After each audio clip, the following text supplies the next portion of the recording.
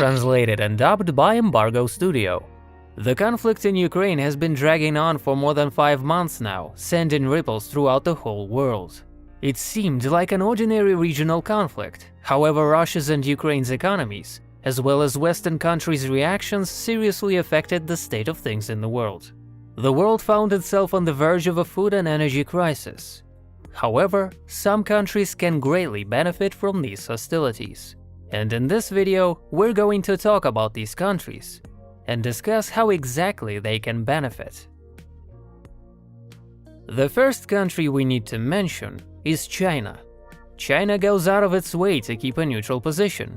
On the one hand, it criticizes the US and NATO, blaming them for this conflict. And on the other, it supports the sovereignty and territorial integrity of Ukraine, as well as doesn't want the international system to collapse. In this particular conflict, China can benefit both politically and economically. First, let's focus on the politics. This confrontation diverts the attention of the USA and other European countries away from China. About 2 years ago, China became the USA's main rival on the world stage. However, due to the ongoing conflict, Biden's administration focused all of its attention on Ukraine.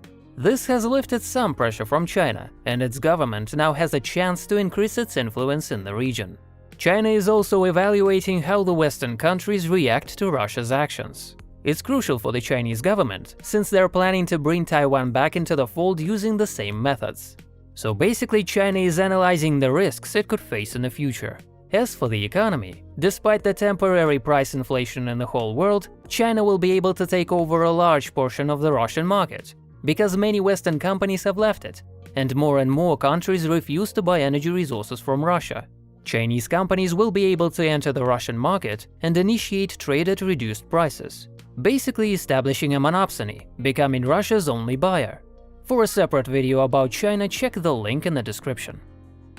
India also starts benefiting from the mass import of Russian energy resources. In the last months, Indian companies have increased imports of Russian oil by several times, which is now being sold with a significant discount because of the sanctions. In the future, India will also be able to set its own conditions on the commodities market. The next country worth mentioning is, of course, the USA. Though just like China, they experienced the price increase for food and energy resources, Americans can greatly benefit from the conflict in Ukraine. From the political standpoint, the US has just managed to establish its hegemony in Europe and in the world. With Russia becoming more aggressive, many European countries rethought their policy on Russia and took a firmer stand. NATO countries have united against a common enemy and unanimously agreed to increase their military budgets. Moreover, even Sweden and Finland, which had been neutral for so long, applied for NATO membership. As a result, the NATO gets stronger, so does the pro-American course. From the economic standpoint, in the not-so-distant future, the US will be able to get into the European market, which Russia used to occupy. Because of the sanctions, Western countries started refusing to cooperate with Russian companies en masse. And even though they still keep contacts in the spheres of vital importance, they will break them off with time. Meanwhile, American companies can swoop in and fill up empty niches on the market. First of all, it will affect Russian oil and gas. This year, the US has already promised to increase their exports to replace Russian energy resources, and this trend will likely continue in the future. For example, Bulgaria has already refused to buy Russian gas and instead will import it from America. The US has a serious resource base at their disposal, so they will be able to provide other resources for the European market as well. For a deeper look into how the US can benefit from the conflict, watch our video linked in the description. Speaking of energy resources, Europe is planning to stop buying gas and oil from Russia, which might result in this niche being occupied by other countries. Arab states of the Persian Gulf will probably increase oil production this year, thus expanding their own influence and pushing Russia from the world markets of energy resources. Saudi Arabia and the United Arab Emirates will probably become the main beneficiaries. By the way, the latter became the main haven for Russian capital as a result of the sanctions. Well-off Russians now buy property, open bank accounts, and invest in businesses there. Thanks to its tax system and the right to property, the UAE became the most attractive place for Russians after the sanctions had been imposed. London used to be this type of place in the past. Turkey and Israel are in the same position. Though connected to Western countries, they haven't imposed any sanctions against Russia. So they can become attractive places for Russian businesses and investments. Russian companies still thrive in these countries. Moreover, significant immigration from Russia is taking place there, from which the economy can benefit. In general, mass immigration of Russian specialists can be a boon for some countries. Going back to the topic of oil, Venezuela can finally overcome its protracted crisis. Just the other day it became known that the US had lifted part of the sanctions against Venezuela and had allowed some companies to export oil to Europe. It's just the first step, yet the US government could make more significant concessions in order to lower prices on oil on the world market. Iran can also use this situation to its advantage and make sure all the sanctions against its oil and gas industry are lifted.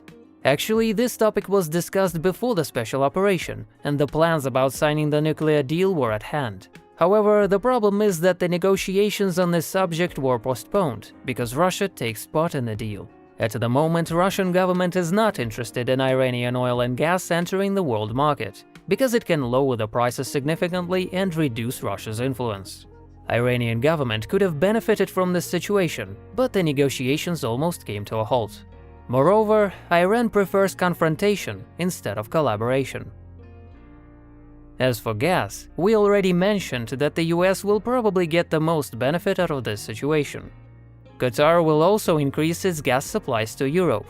It is the world's third largest natural gas producer, and negotiations about gas supplies to Europe are already underway. Right now, Germany wants to substitute Russian gas, so the countries are negotiating a contract for gas supply for the nearest decade. Qatar is trying to lobby for the most lucrative contract to maximize profits. Potentially, the country can sell a lot more gas. Algeria and Norway can become alternative gas suppliers to Europe, though there already are, but they can increase their exports due to the growing demand for energy resources. By and large, oil and gas markets will be redivided completely in the following years. That's why all the countries in this sphere will try to increase their share on the world market. It might seem strange, but countries which are closely connected to Russia can benefit from the sanctions against it. For example, countries of the Eurasian Economic Union, which will profit from helping Russia evade sanctions.